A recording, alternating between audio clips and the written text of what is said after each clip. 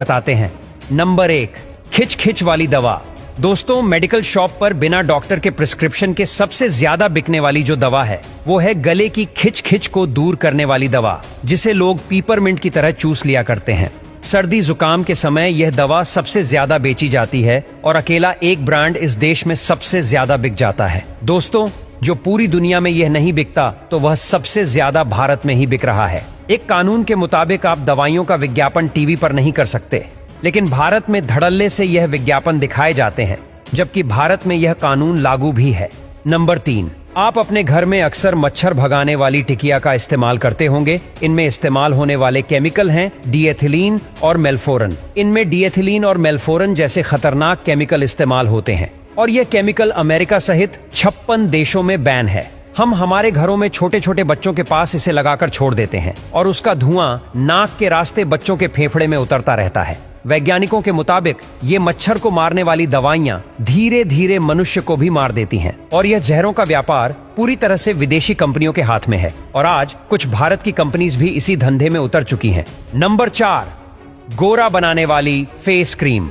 कई सारी क्रीम्स यह दावा करती हैं कि वह इंसान को गोरा बना देती है, लेकिन कई लोगों का एक्सपीरियंस है कि 15 सालों तक वह गोरा बनाने वाली क्रीम लगाने के बाद भी उनके रंग में कोई बदलाव नहीं है आया। कंपनी वालों से जब यह पूछा गया कि आपने इसमें ऐसा क्या मिलाया है जो कि इंसान को गोरा बना देगा, तो उन्होंने कहा कि सुअर की चर्बी के तेल से हम इसे बनाते हैं। भारत के ना जाने कितने लोग इसे लगाकर अपने धर्म को भ्रष्ट कर रहे हैं। दरअसल हमारे शरीर में मेलानिन नाम का एक पिगमेंट होता है जो कि हमारी त्वचा को कई सारी एलर्जीज और सूरज की गर्मी से बचाता है, लेकिन यह क्रीम्स हमारे शरीर में मेलानिन पैदा करने में वाले मेलेनोसाइट्स को मार रही है और हमारे शरीर का रंग हमारे डीएनए की वजह से होता है और दुनिया की कोई भी क्रीम हमारे डीएनए को नहीं बदल सकती।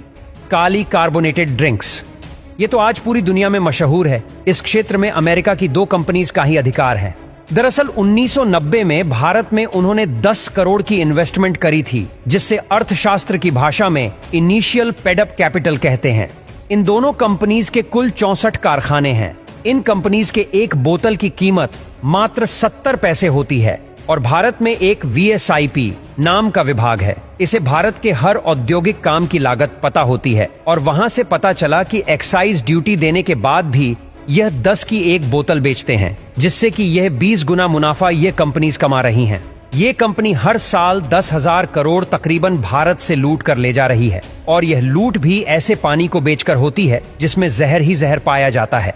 वैज्ञानिकों के मुताबिक इन कार्बोनेटेड ड्रिंक्स को पीने से कैंसर, डायबिटीज, मोटापा, दांत गलन, इन सब जैसी 48